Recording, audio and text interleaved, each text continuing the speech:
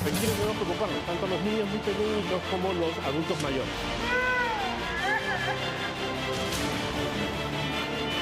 Mayor demanda y de atención en infecciones respiratorias agudas.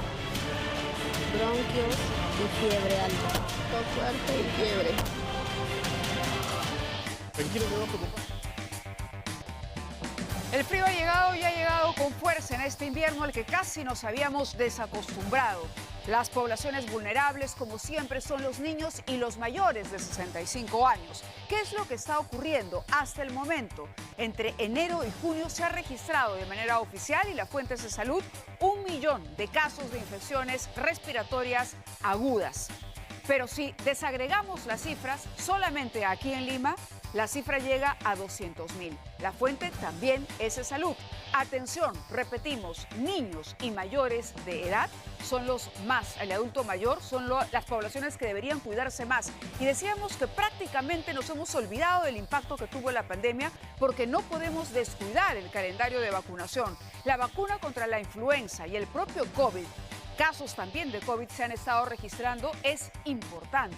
No nos descuidemos. Nuevamente, en los hospitales de nuestro país, el sistema de salud se pone a prueba para contener esta ola de frío que trae estas enfermedades como consecuencias. Más adelante vamos a ofrecerles completa información, no solamente sobre los síntomas para tratar de distinguir una infección y de la otra, sino también qué hacer para protegernos no solo de este frío húmedo, del frío clásico en Lima, del cielo gris, de las pistas húmedas, sino de la posibilidad de contraer una enfermedad que pueda ser mucho más que un simple resfrío o una gripe pasajera.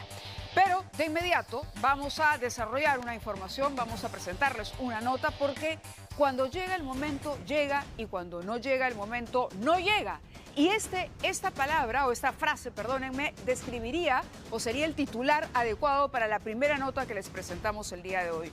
Porque estuvo a 1 centímetro, un camión estuvo a 1 centímetro de aplastar a una persona. Era un hombre que había caído a la pista, no tenemos todavía la información sobre cuál fue el motivo, pero se salvó de milagro. Estuvo así y las imágenes que se registraron en Villa El Salvador son realmente impresionantes, como vamos a ver a continuación. No era su hora. Un hombre se salvó de milagro luego de casi terminar arrollado por una furgoneta.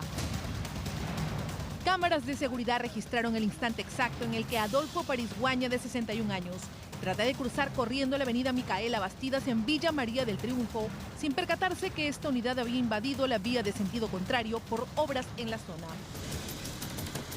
Es entonces que se produce el impacto. El sexagenario sale disparado, da una vuelta sobre el pavimento y es allí que su cabeza queda a unos centímetros de la llanta, salvándose de ser aplastado, pues el conductor pudo frenar a tiempo. El conductor no había fijado bien que la vía ya está accesible para que puedan usarlo. La víctima fue auxiliada por la policía y trasladada a una clínica cercana donde se encuentra estable. Mientras el chofer del vehículo que transportaba alimentos de Lurín a La Molina, fue identificado como Luis Riojas. Él fue intervenido por agentes de la Comisaría de Laderas de Villa para pasar las diligencias de ley. Impresionante, como decíamos al inicio, cuando llega tu hora llega, pero cuando no es tu hora, simplemente no lo es. Vamos a ir a una pausa, no ocurre ahora, pero cuando regresemos, ANFO y dinamita. Si esto ocurría en los años 80 con los atentados terroristas, hoy el crimen organizado, las mafias de extorsionadores están utilizando explosivos para generar terror en la ciudad. Y además, un joven peruano desaparece en Nueva York. Por lo menos 6 días desaparecido. Su hermano está desesperado. La familia pide ayuda, la policía lo busca, la Cancillería también. Y esto ha generado conmoción en la comunidad latina que ha afincada en Nueva York. Regresamos con esto y más.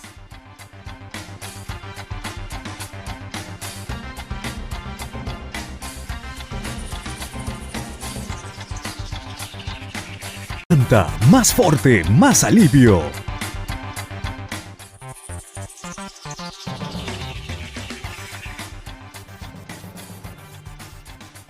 Estamos nuevamente nuevamente con ustedes para el desarrollo de las noticias y vamos a contarles lo que ocurrió en San Borja. Porque el crimen, sin duda, es el protagonista de la agenda noticiosa últimamente.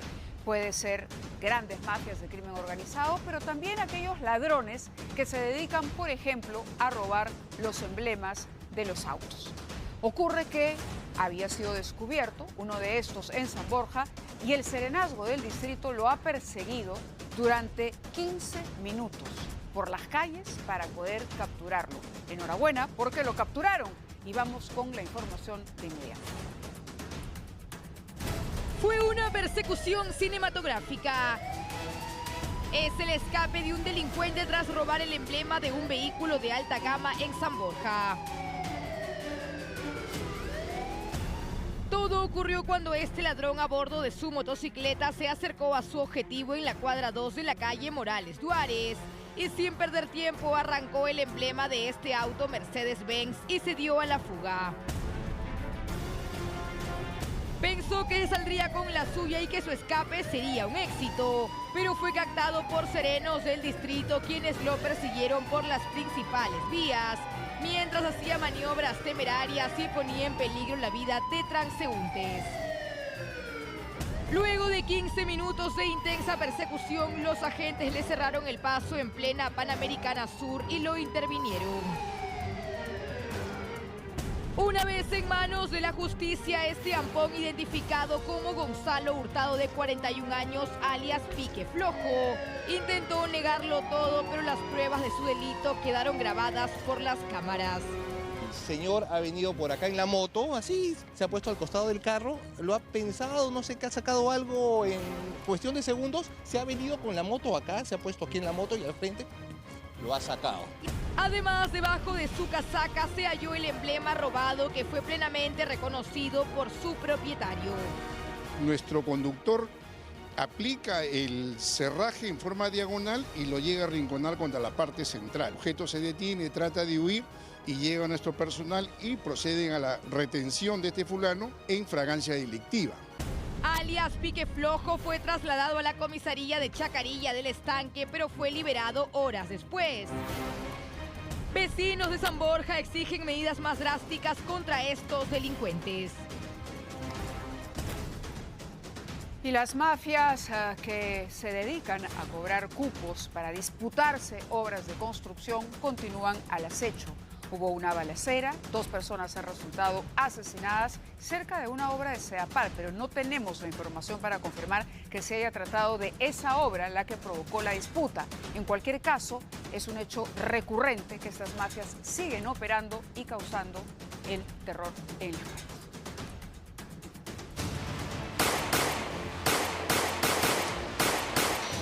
Fue una ráfaga de disparos que anuncia un desenlace fatal. Es el sangriento ataque de mafias por obtener cupos en una obra de agua y desagüe. La hora de refrigerio para estos trabajadores se convirtió en una tragedia cuando fueron sorprendidos por una lluvia de balas. Y es que criminales a bordo de una camioneta de alta gama no tuvieron piedad contra sus víctimas. 3 de los hombres corrieron desesperados por salvarse. Otro se esconde dentro de esta mototaxi y uno más se va para refugiarse en otra unidad. Mientras este obrero de buzo negro se esfuerza por huir, pero es alcanzado por uno de los proyectiles y cae abatido. Con los peritos. Tras el tiroteo que se produjo en el asentamiento humano Mariano Melgar en Villa María del Triunfo, Terry Piscoya, de 25 años, murió tras recibir un disparo en el abdomen, mientras Jeffrey Barreto terminó gravemente herido. No obstante, ambos tenían en su haber antecedentes por robo. Pero este atentado no es ajeno al que sufrió Diego Ramírez y Brigitte Estrada, luego de acudir a un velorio. La pareja de esposos estaba a pocos metros de llegar a su casa cuando de pronto los 2 sicarios bajaron del pasaje Jaén para asesinarlos a quemarropa. Como es amistad, los chicos de acá del barrio fueron a su velorio. A él han disparado en la cabeza, a su señora también. En el jirón Quillabamba, los esposos fueron encontrados en un charco de sangre. Según su familia, Diego Ramírez fue amenazado de muerte tras pedir un puesto de trabajo en las obras de alcantarillado de Villa María del Triunfo. Ya han estado amenazándose ya, por la obra, por querer ingresar y todo. Cuenta además que antes que asesinaran a su hermano, las mafias enquistadas en este proyecto también ejecutaron a su amigo, a quien velaron días antes. Acá esta obra está maldita porque a todos paran matando. Por ello pide a las autoridades investigar los asesinatos en esta parte de Lima Sur y que se dé con el paradero de los responsables que han dejado a 3 menores en la orfandad. Por lo menos 3 personas, además de la pareja, ¿no? Además de la pareja y de acuerdo al relato de uno de los testigos, 3 personas mueren a causa de una obra en la que se empiezan a disputar el puesto, el cupo, el no pago del cupo, en fin. Es una obra de, en este caso, de agua, saneamiento, ¿no? Como habíamos anticipado, pero lo que resulta impresionante e imperdonable al mismo tiempo es que a plena luz del día, como describía nuestra reportera, los sicarios bajan por una escalera y disparan sin asco. Esto puede ocurrir en la mañana, a mediodía, por la tarde, en la noche. Ya nadie se esconde, ningún delincuente tiene miedo ni quiere esconderse, porque creen o sienten que pueden cometer estos crímenes con total impunidad. Vamos a otra información también importante y vinculada. Estamos hablando de una camioneta que ha caído con droga. Nuevamente la microcomercialización, el tráfico de drogas. Vamos con la nota.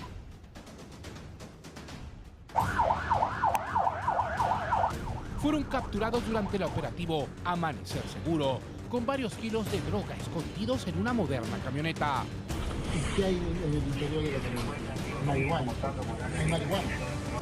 Se trata de 2 miembros de la banda Los Caseríos del Norte, que transportaban 26 kilos de marihuana distribuidas en paquetes ocultos en los guardafandos del vehículo.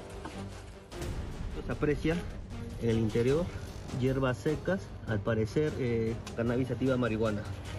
Al momento de ser intervenidos por el personal policial de la Epicri Barranco Chorrillos, estos sujetos se pusieron nerviosos. En ese momento el personal hizo el registro correspondiente al vehículo. Estaban tan nerviosos que incluso quisieron sobornar a los agentes de la ley.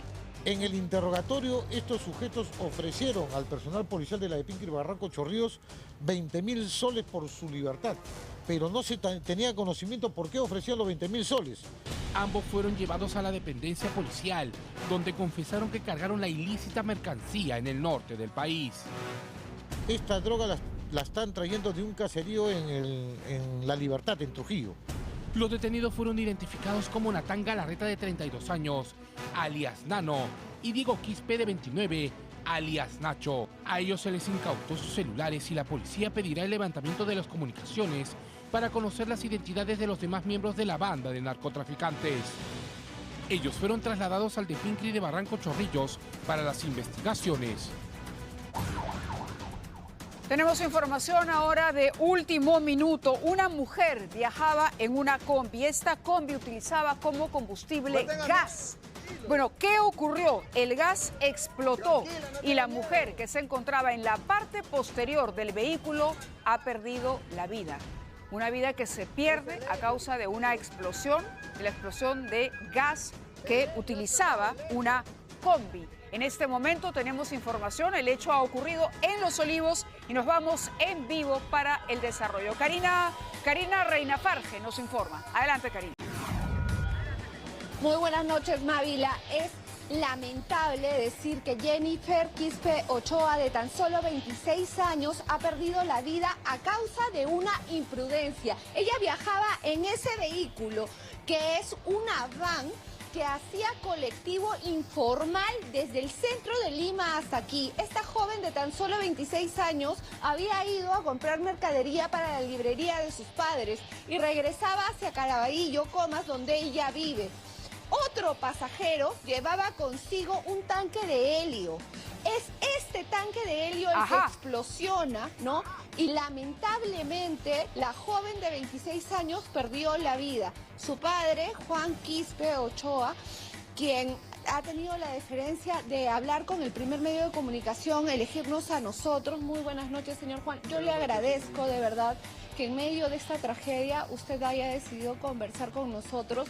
Y es que no solo ha perdido su hija, lleva casi 5 horas esperando que llegue un fiscal a el Hospital Municipal de Los Olivos, a donde fue trasladada inmediatamente Jennifer, y no llega un fiscal para hacer las pericias de ley, Mávila. Y eso es lo indignante. ¿Qué pasó? Bueno, mami, yo también me enteré por una llamada. Me supongo que después del accidente algún efectivo de la policía pudo coger el celular de mi hija. Le timbrábamos porque no llegaba a la hora que tenía que llegar, porque tenía previsto llegar, y nos contestó, hay un efectivo policial, no tengo el nombre del policía, que bueno, me dijo que me apersonara urgente al Hospital de Los Olivos. Y bueno, al momento de llegar nos dimos con la sorpresa de que mi hijita ya había finado, ya había fallecido. Y bueno, eso pasó cerca a las 2 de la tarde, y hasta estas horas, que ya son creo 8 de la noche, ni rastro del fiscal. No sé quién es el fiscal que está llevando el caso, y estamos esperando, y por su medio pediría, por favor, les suplicaría que el fiscal por favor autorice el traslado de mi hijita, porque no se imagina usted cómo me siento yo como padre. Tampoco yo desearía a los papás, yo sé que hay muchos papás que velan por sus hijos, bien con sus hijos, y no les desearía a nadie que pase en estas circunstancias. Lo entendemos, señor, y una vez más le digo nuestro más sentido pésame. Y en realidad usted nos comentaba que hay varias, de alguna manera, infracciones en el accidente de su hija. Primero, era un conductor de nacionalidad venezolana quien manejaba esta minivan. Bueno, sí, es lo que informa la policía. Y aparte, más bien quiero desmentir categóricamente, ¿no? Hay comentarios ahí que incluso hicieron ahí la prensa, cierto tipo de prensa, que está informando diciendo de que mi hija era la que trasladaba a Helio, que ella era una animadora, payasita, y animadora de eventos, la cual niego categóricamente. Él era un estudiante de ingeniería industrial, con mucho por venir por delante, cursaba el 8º ciclo, la universidad ya casi a finalizar su carrera, y que por querer costearse sus estudios, pues no, estaba ayudándonos a nosotros. Se fue a traer un pedido que tenía ella para poder hacer un trabajo que tenía ahí en un periódico mural, papelería, correspond, cositas. Pero jamás imaginé que, caramba, en el vehículo trasladaban ese tipo de material explosivo prácticamente, ¿no? Entonces, lo que sí invocaría sería, por favor, yo sé que la policía también está viendo en medio, ATV más, o ATV, que las investigaciones, Karina, que se profundicen las investigaciones, por favor. Te estamos escuchando, ambos. Sí, simplemente... Para poder profundizar, claro que sí. cómo y quién y cómo han estado trasladando ese producto. Por supuesto, ese es Sí, nuestro gracias. compromiso, Karina. Por favor, reitérale Señorita Mávila, buenas noches. ¿Cómo está, señor? Toda nuestra solidaridad, nuestras condolencias, como le dijo Karina. Nosotros vamos a estar muy pendientes. Gracias por la aclaración, además, que nos ha dado.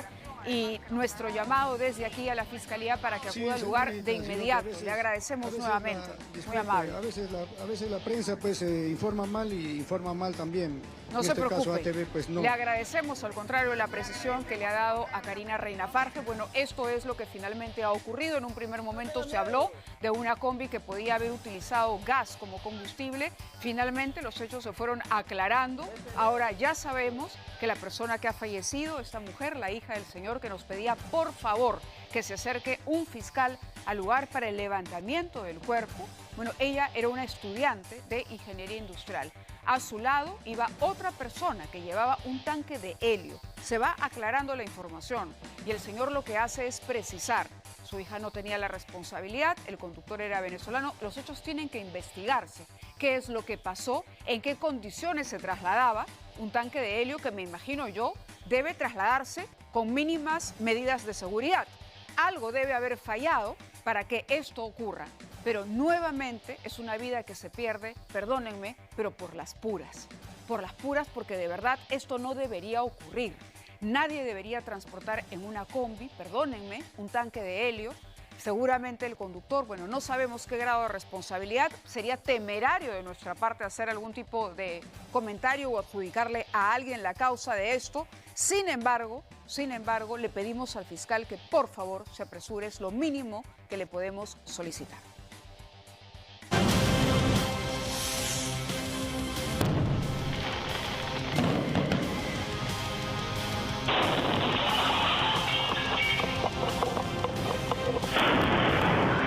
Están amenazando poner una bomba en cada casa, con miedo.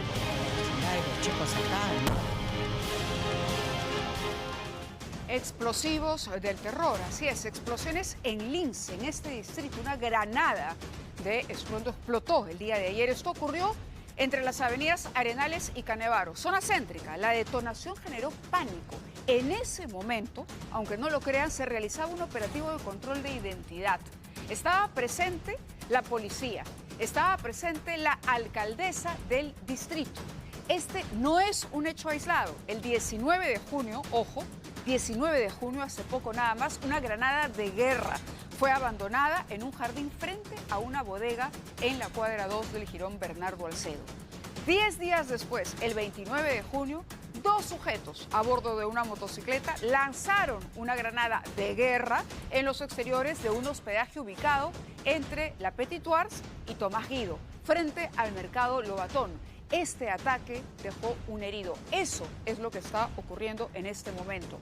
Y no podemos, sino los mayores de 35 años, recordar lo que sucedía cuando el terrorismo llegó a Lima y empezó a utilizar dinamita y ANFO. En unos instantes nada más, después de que les presente la siguiente nota, vamos a conversar con el comandante de la policía, Juan Chenet, jefe de la UDEX, para que nos explique qué viene ocurriendo. Entre tanto, vamos con otra nota vinculada a lo mismo, extorsionadores que tienen en la mira al dueño de un consultorio dental y que detonaron un explosivo, esta vez en el frontis de su negocio. Le estaban exigiendo 50.000 soles. Así opera el crimen organizado.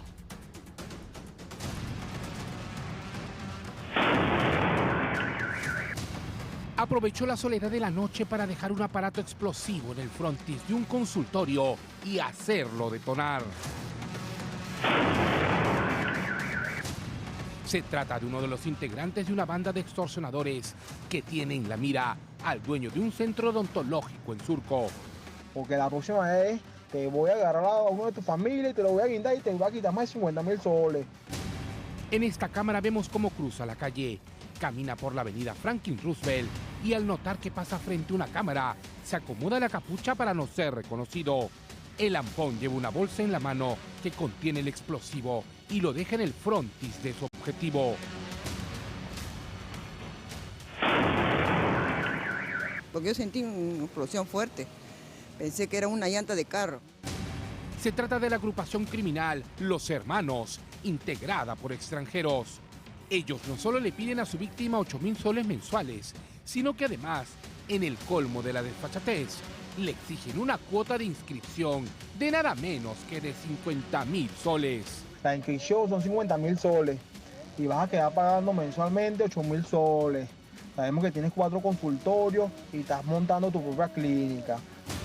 Amenazas que empezaron en enero con mensajes y audios de WhatsApp y luego con notas entregadas por individuos con el rostro cubierto, como se ve en esta cámara de seguridad. Le llegaban mensajes por WhatsApp, llamadas por WhatsApp y al final él cambió de número, no respondía y ya empezaron a mandar cartas, ¿no? Ante la seguidilla de advertencias, el propietario de los consultorios tuvo que abandonar el país hace 2 meses y traspasó su negocio a sus colegas odontólogos. Y ellos piensan que acá que se gana mucho dinero, ¿no? La verdad que terrible la situación en la que ha vivido y es lo que ha llevado a mi hermano a tomar la decisión de abandonar el país. Sin embargo, la pesadilla continúa y ahora son los nuevos dueños los que no pueden dormir por el miedo a otro ataque de estos criminales. El caso ahora está en manos del de Pincri de Surco.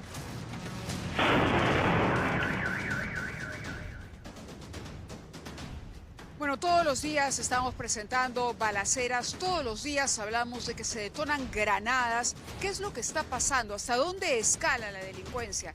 Esto ya es preocupante. Aquí tenemos granadas de guerra, pero ojo, las últimas explosiones han utilizado dinamita y anfo. Y cuando mencionamos esas dos palabras, dinamita y anfo, obviamente a quienes hemos pasado por lo que fue el terrorismo, viene a nuestra mente aquellas noches en las que de pronto detonaba una torre de alta tensión y toda la ciudad se quedaba en la oscuridad.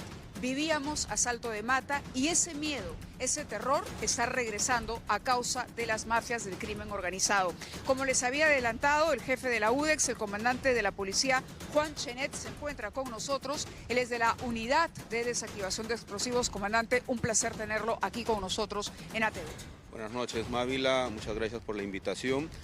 Como usted decía hace un momento, nosotros estamos viviendo una época bastante complicada, sobre todo para el personal de la UDEX, ya que todos los días estamos teniendo diferentes intervenciones. Como ves, nosotros hemos clasificado el material que intervenimos todos los días en 3 grupos: pirotécnicos, explosivos de uso civil y munición, dentro de las cuales las más comunes son las granadas en sus diferentes... Permítame, por favor, insistir en que lo que tenemos en esta mesa es producto del trabajo de la policía. Es decir, estas no son muestras, son cosas que ustedes han recogido en operativos, de intervenciones que ha hecho la policía. Exactamente, nosotros lo que tenemos acá son munición, en este caso granadas, que son neutralizadas, igual que los otros elementos, y tenemos también a tu izquierda material post-blast o post la explosión, ¿no? Venga usted por aquí para explicar, ¿qué es esto, por ejemplo? ¿Esto está en la bolsa, no se puede abrir? No, es una, claro. Bueno, los restos de una Volteemos granada, los restos de una granada que nosotros hemos destruido, ha sido lanzada, pero estaba inoperativa. La lanzaron con la intención de causar daño, pero los delincuentes no sabían que estaba inoperativa y no ha detonado. Igual, sí, esta también en La Victoria, igual la han lanzado por un tema de extorsión. Y acá tenemos 2 casos, los últimos casos. Esta es una granada, esta es una parte de una granada, la palanca y la anilla, que vendría a ser este tipo de granada. Esta granada es la más peligrosa que tenemos en el arsenal en la actualidad de las Fuerzas Armadas. Es una granada defensiva que tiene una metralla terrible. Esta es la que lanzaron en la discoteca en San Juan del Lurigancho el año pasado y causó 15 heridos muy graves. Y esta vez la han lanzado en San Martín de Porres, a un local donde ha habido una persona con lesiones graves también, ¿no? Esta es la granada más moderna que hay. Y esta es una granada con la que al parecer los delincuentes que están operando en Lince sobre todo se han provisto de un buen lote, porque en las últimas intervenciones del año pasado y de este año son este tipo. Es una granada bastante peligrosa, tiene más de 500 metrallas de 2 milímetros de acero. Comandante, permítame la interrupción antes de que el tiempo nos gane.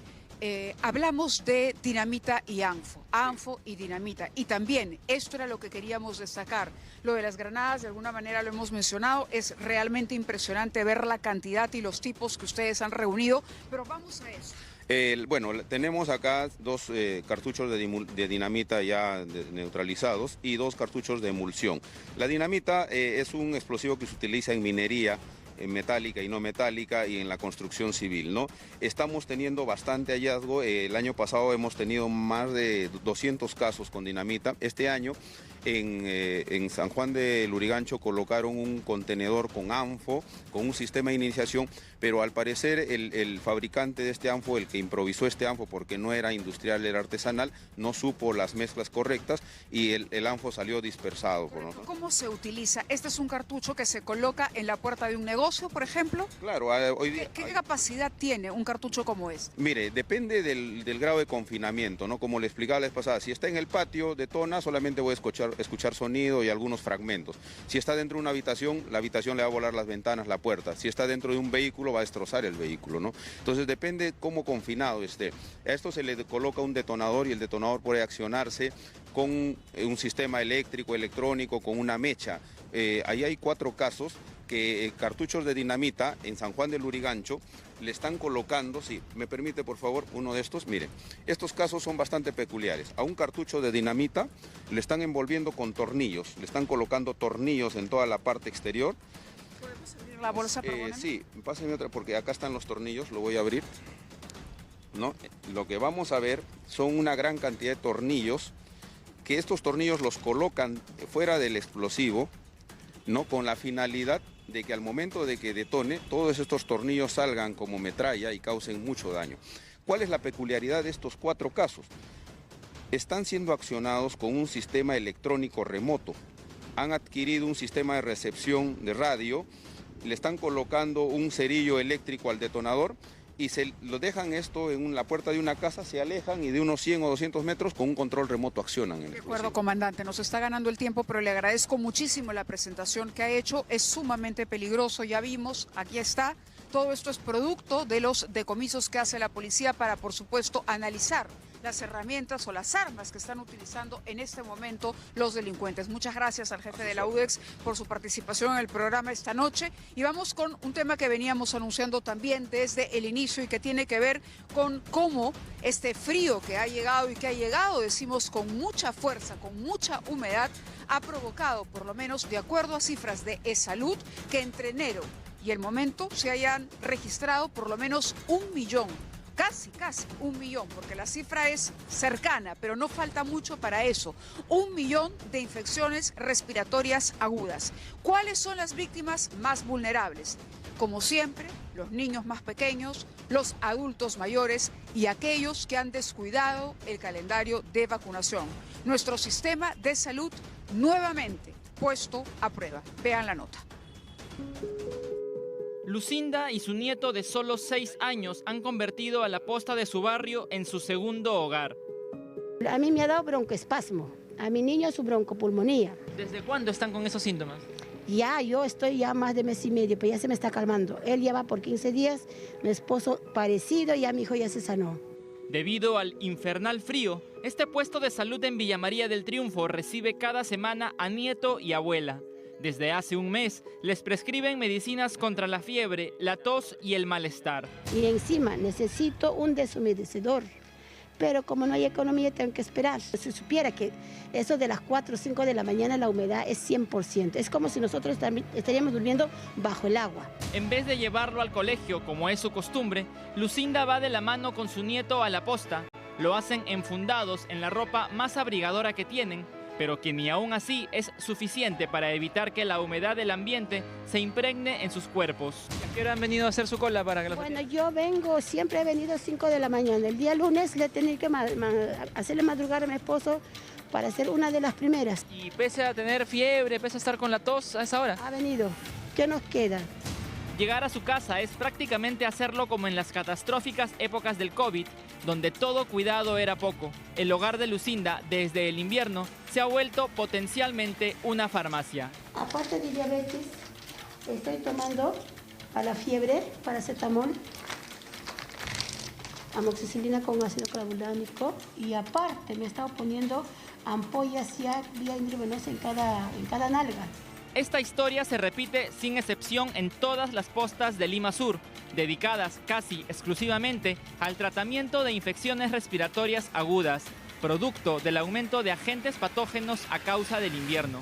Una situación que, según ha informado ESalud, tiene altas tasas de contagio en otras regiones del país. Debemos entender que esto es una infección por una partícula viral que se contagia de persona a persona. El virus ingresa por la vía respiratoria y ocupa primero la vía respiratoria alta. Estamos hablando de la región nasal, la garganta, puede comprometer los oídos, puede bajar a los bronquios e incluso ocasionar en los pulmones neumonía. El médico neumólogo Octavio Cubas, especialista de ESalud, comenta que los cuidados que hubo durante la pandemia son casi los mismos que se deben tener con este brote de infecciones virales. No automedicarse y comer bien son aspectos clave.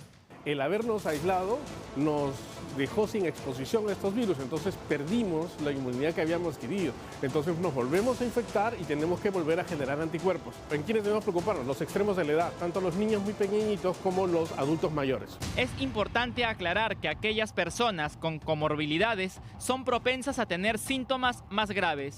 Las personas diabéticas, hipertensas o con bajas defensas son de alto riesgo, lo mismo que aquellas personas sin vacunas contra el COVID o la influenza, incluyendo los niños menores de 5 años.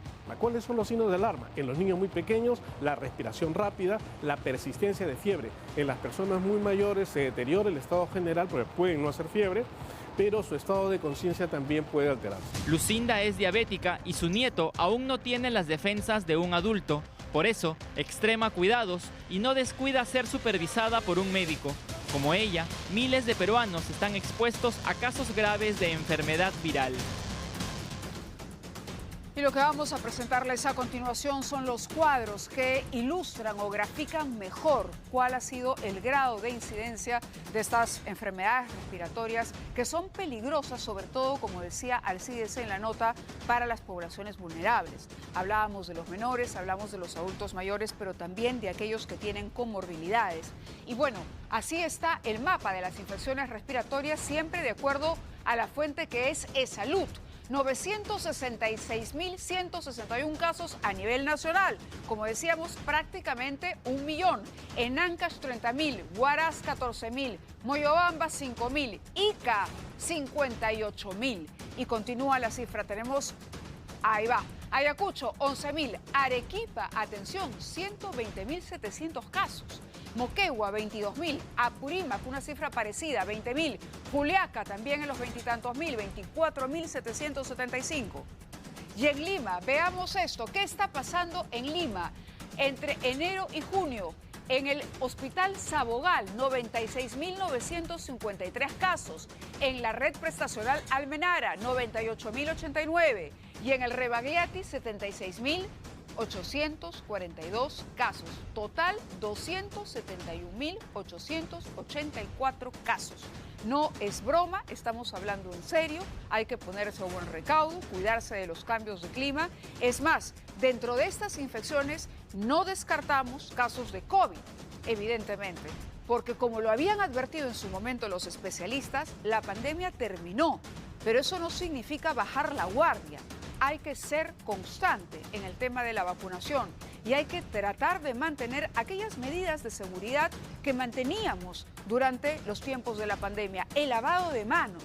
Cada vez que usted salga, entre de su casa, lavado de manos. Si tiene síntomas, dolor de cabeza, un estornudo, congestión, mascarilla para proteger a los demás que están con usted. Y si hay alguien que presente esos síntomas, es mejor que los compañeros de trabajo o el resto. Hay familias enteras, no estamos exagerando, familias enteras que están enfermas. Todos los integrantes de la familia lo han visto nuestros reporteros en el campo. Y este es un invierno crudo, no especialmente crudo, lo hemos tenido seguramente algunos años atrás, pero no nos habíamos nos habíamos desacostumbrado a un frío con la humedad que se está registrando ahora. El invierno típico ha regresado y es momento de cuidarse. Vamos ahora con lo que ha sucedido con la alta jefatura de la policía, que finalmente, y después de muchas idas y vueltas, ha anunciado que la DIVIAC pasaría a ser parte de la DIRINCRI. Este es un tema que ha dividido opiniones. Hay quienes consideran que este es un golpe a la lucha contra la corrupción. Otros, sin embargo, creen que no debería existir la DIVIAC. Fue la cereza e incluso literalmente hubo pastel. De estas intervenciones solo queda el archivo. La DIVIAC estuvo no solo en la casa de Dina Boluarte, estuvo más de una vez en Palacio de Gobierno. Apoyaron a los fiscales que iban a aprehender a Alan García. Y por supuesto en las diligencias contra otros personajes, Keiko Fujimori, por ejemplo. Ahora se van a consumar todas las advertencias. La unidad pasará a integrar la DIRINCRI. Bueno, es una posibilidad. Lo ideal sería que disuelvan la DIVIAC y que los efectivos que están ahora en esa unidad politizada y el brazo político de los caviares sea redistribuida en otras unidades policiales. El Ministerio del Interior sostiene que la propuesta aún no es sustentada. La alta jefatura policial, sin embargo, ya anunció la decisión. Primero fue la separación del equipo especial de policías que apoyaba a los fiscales del EFICOP. Luego en la mira se puso a la unidad completa.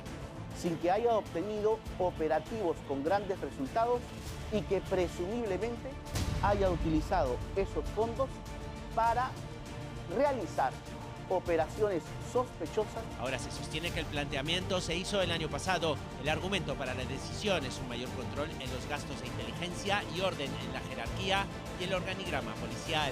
Ciertamente esta entidad de la Policía Nacional también no es un santo de las devociones de ninguno, pero ciertamente creo que es importante y fundamental que se hagan las investigaciones. Los críticos a la idea señalan que se ponen en peligro investigaciones como la que se hace al hermano de la presidenta de la República y a los llamados huayquis en la sombra y otros de presunta corrupción al más alto nivel. También se afirma que la unidad ya no tendría injerencia en casos de alta complejidad, vulnerando su acción ya que no contaría con independencia ni presupuesto propio. Era una especie de la policía política y que estaba suelta, no estaba bajo el mando de nadie, no quería rendirle cuenta al comando policial. Nos parece que ha sido una buena medida, justamente para que tengan control. La medida genera suspicacias para los que sostienen que se busca debilitar las investigaciones al poder. De hacerse oficial, los casos los vería la Dirección contra la Corrupción de la Policía Nacional. Como dice Igor Malca en su nota, queda la sensación de que hay intereses para desactivar una unidad que ha trabajado codo a codo con la Fiscalía, con el equipo especial que lucha contra la corrupción en el poder, para precisamente o por venganza o porque no quieren simplemente que haya un equipo ad hoc dedicado a estas investigaciones. Algunos dicen que no, como hemos escuchado también, que la DIVIAC no debería disolverse y que la policía debería integrarlo a distintas unidades. Pero bueno, el tema es polémico, pero queda esa sensación, que aquí de lo que se trata es de evitar investigaciones y especialización en ese rubro que es la corrupción en las más altas esferas del poder. Vamos a un tema que también causa preocupación, especialmente a partir del día de hoy. Ayer lo advertíamos, el gas, el GLP, el balón de gas que ustedes utilizan en sus casas, ha salido del Fondo de Estabilización y como consecuencia de ello el precio va a subir. ¿Cuánto va a subir? ¿Qué está pasando exactamente? ¿Se va a confirmar la proyección que dice que podría llegar a los 70 soles el balón? Hemos invitado a Janine Delgado, directora ejecutiva de la Sociedad de Gas Licuado del Perú. Está con nosotros. Gracias, Janine, por acompañarnos. Y la pregunta es, ¿cuál va a ser el impacto directo a las amas de casa, en los bolsillos, a los dueños de los restaurantes? Porque son millones los peruanos que utilizan balones de gas. Muchas gracias, Mávila. Si me permites, me gustaría informarle a tu audiencia que no es exacto que el balón vaya a llegar hasta 70 soles, como se ha venido informando en algunos medios. Lo que va a suceder, o lo que está sucediendo a partir del 27 de junio, que el GLP envasado salió del fondo, es que va a estar expuesto a la volatilidad de los precios internacionales.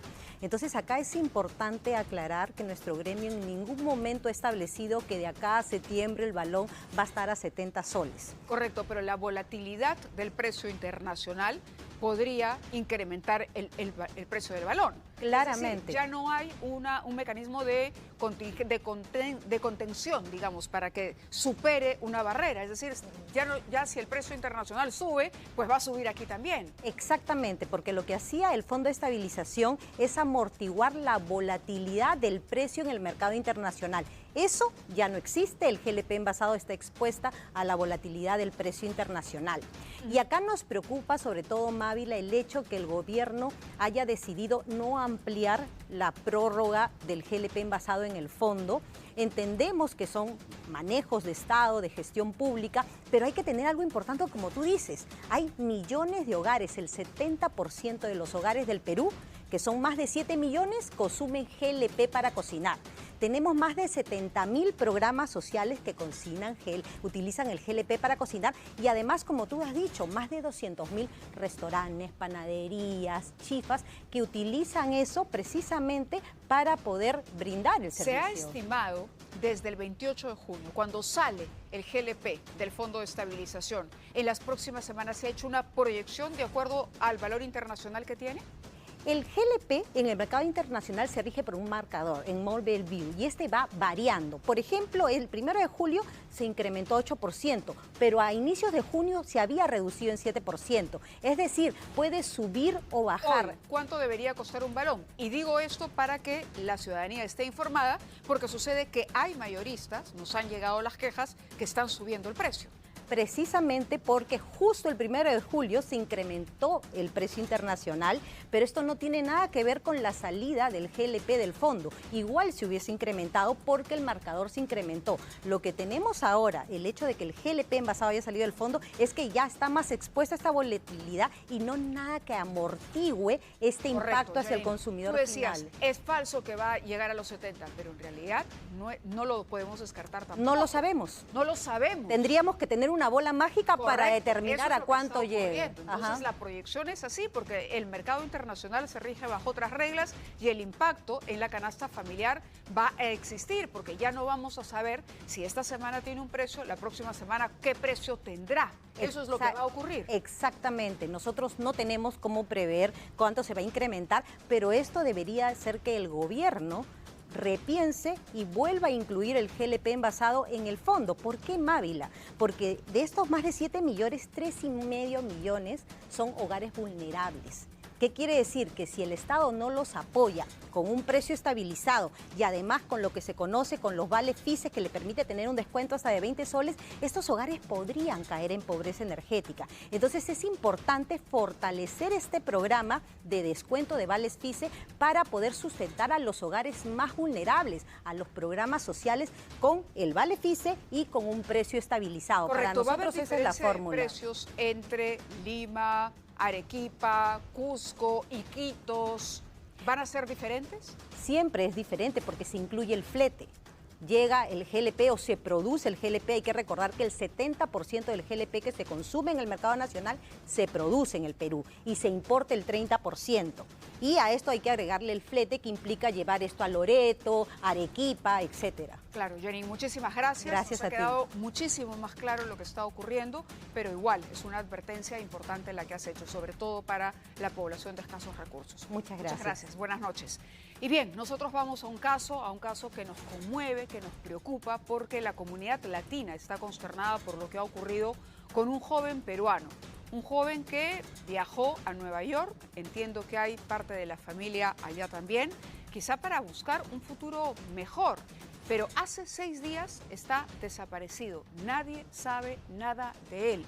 Su hermano ha hecho una invocación a la policía. Entendemos que la Cancillería tiene conocimiento también de este caso, pero sobre todo crece la alarma porque de alguna manera la familia había sentido que él se mostraba frágil, deprimido. Y bueno, esto lo van a ver ustedes en la historia que les presentamos en la siguiente nota. Diosito, que te cuide, papacito. Diosito, que te proteja. ¿Dónde estás?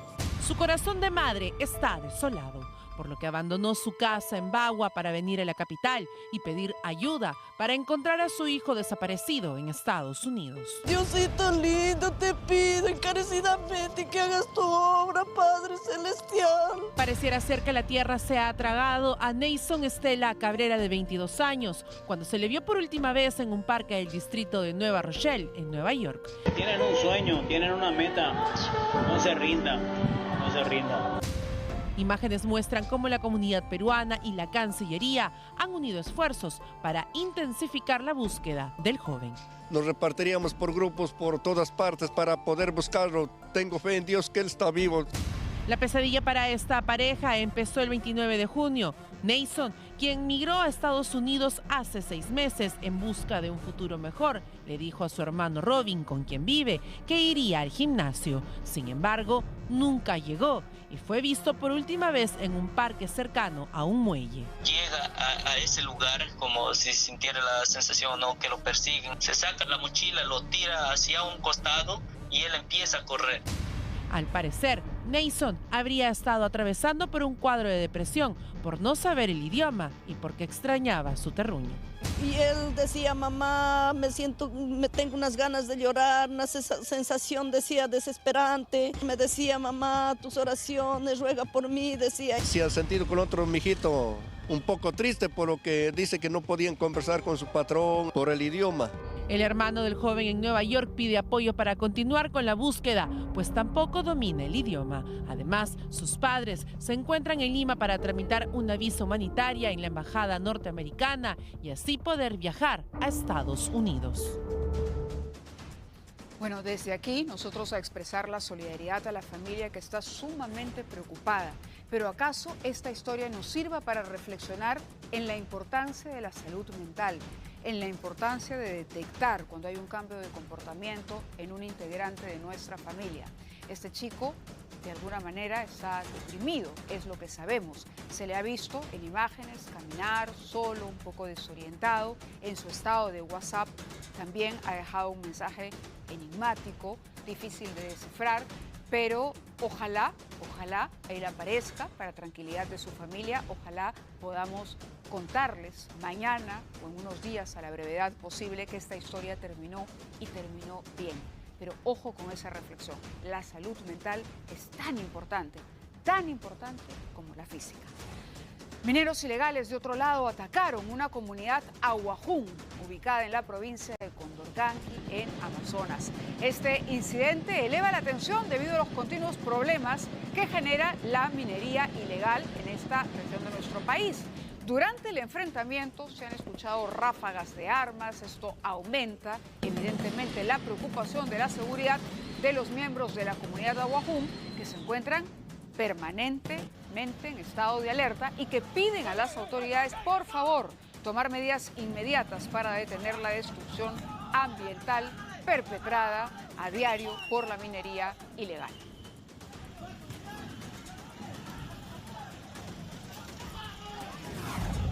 Nos vamos a Trujillo, en la zona del Porvenir. Balearon una casa exigiendo el pago de un cupo de 20.000 soles. 2 sujetos en una moto lineal, captados por estas cámaras de seguridad. En el momento, lo están viendo, cuando disparan contra la vivienda. Ocultan sus rostros, uno tiene una mascarilla, el otro con el casco. Los extorsionadores demuestran que nada los hace retroceder en su objetivo. A sangre fría disparan. La familia asegura que los delincuentes han cumplido amenazas que habían hecho. Fíjense ustedes ahí, completamente envalentonados porque sienten que pueden hacer lo que quieren.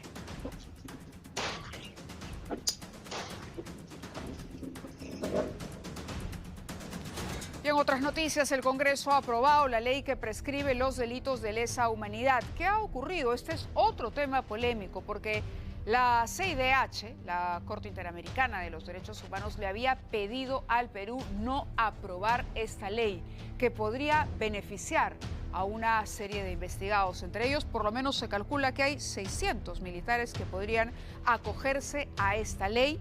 Sin embargo, por ejemplo, delitos que se investigan hoy o que están en proceso, crímenes como el de Pativilca, la masacre de Pativilca, no se acogerían porque la ley no es retroactiva. Sin embargo, el impacto que va a tener nos lo explica mejor Igor Malca en la siguiente nota. Oleado y sacramentado. Resultado final de la votación es votos a favor 15, votos en contra 12, abstenciones 0. La Comisión Permanente del Congreso aprobaba así en segunda votación la polémica norma. Esta norma no pretende ser una amnistía, como maliciosamente se ha insinuado. La ley precisa la aplicación y alcances del delito de lesa humanidad y le pone como fecha de entrada en vigencia el 1 de julio de 2002. En la práctica implicaría la prescripción de algunos casos y se señala que beneficiaría a unos 600 militares procesados. El único efecto de esta norma es aclarar que las normas, en especial las penales, no se aplican retroactivamente. Es decir, no se podría calificar de lesa humanidad a los actos o delitos cometidos antes de esa fecha. Bueno, es un descaro tremendo y eso es claramente, aquí hay una, van a prescribir los delitos de lesa humanidad y simplemente lo que se está haciendo es beneficiar a todos aquellos que estuvieron en la dictadura de Fujimori. La Corte Interamericana de Derechos Humanos exigió al Estado peruano tomar medidas para dejar sin efecto esta iniciativa. La respuesta del Parlamento fue primero, a través de su titular, el rechazo a lo que considera una intromisión en asuntos internos y en segundo término, la ratificación de la ley. Un día antes el gobierno se alineó con el rechazo. Absolutamente indignado y lo que resulta intolerable es que llame a los 3 poderes del Estado para impedir que ejerzan las funciones que constitucionalmente le han sido atribuidas. El jefe del gabinete anunció que se iba a coordinar una respuesta conjunta de los 3 poderes del Estado a la pretensión de la Corte. Yo estoy totalmente de acuerdo. La Corte Interamericana de Derechos Humanos no es nadie para meterse a tratar de influir o peor, ordenar lo que debe hacer o no el Congreso. Somos un país soberano y autónomo, no tiene por qué meterse.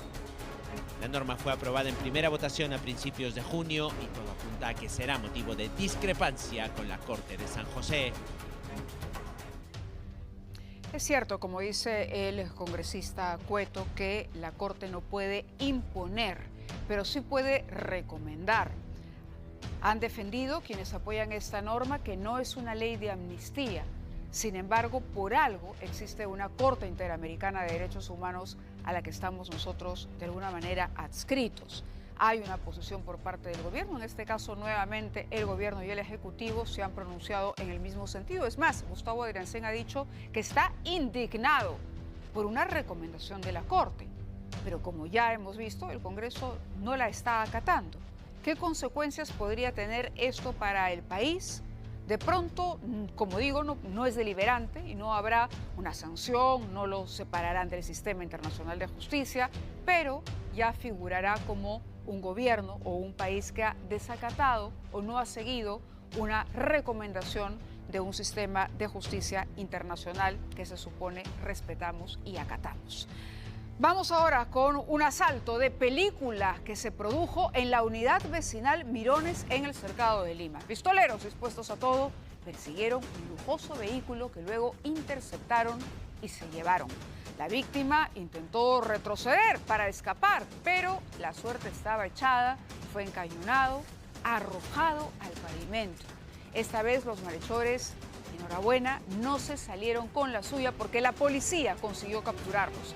Por sus características, estos vehículos son buscados porque son rápidos, ayudan a escapar fácilmente a los delincuentes. Lo hemos comentado en una nota también anterior, este tipo de camionetas son las más buscadas. Vean ahí cómo operan los delincuentes.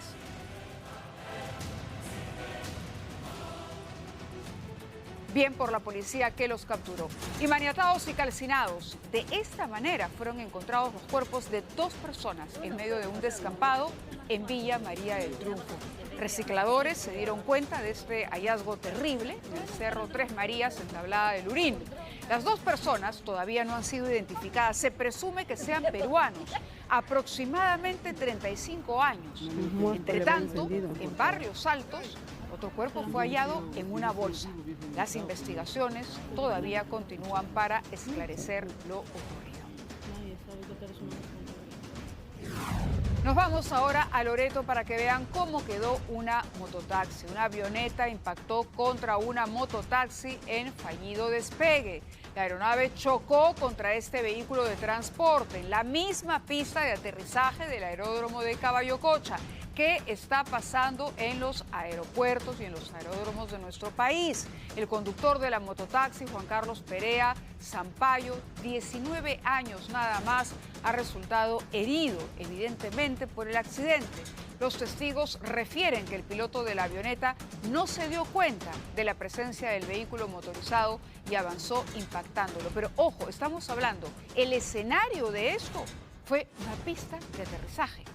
Una pista de aterrizaje donde no debería existir una mototaxi, ¿no? ¿Qué pasó ahí? Pero las imágenes también son impresionantes.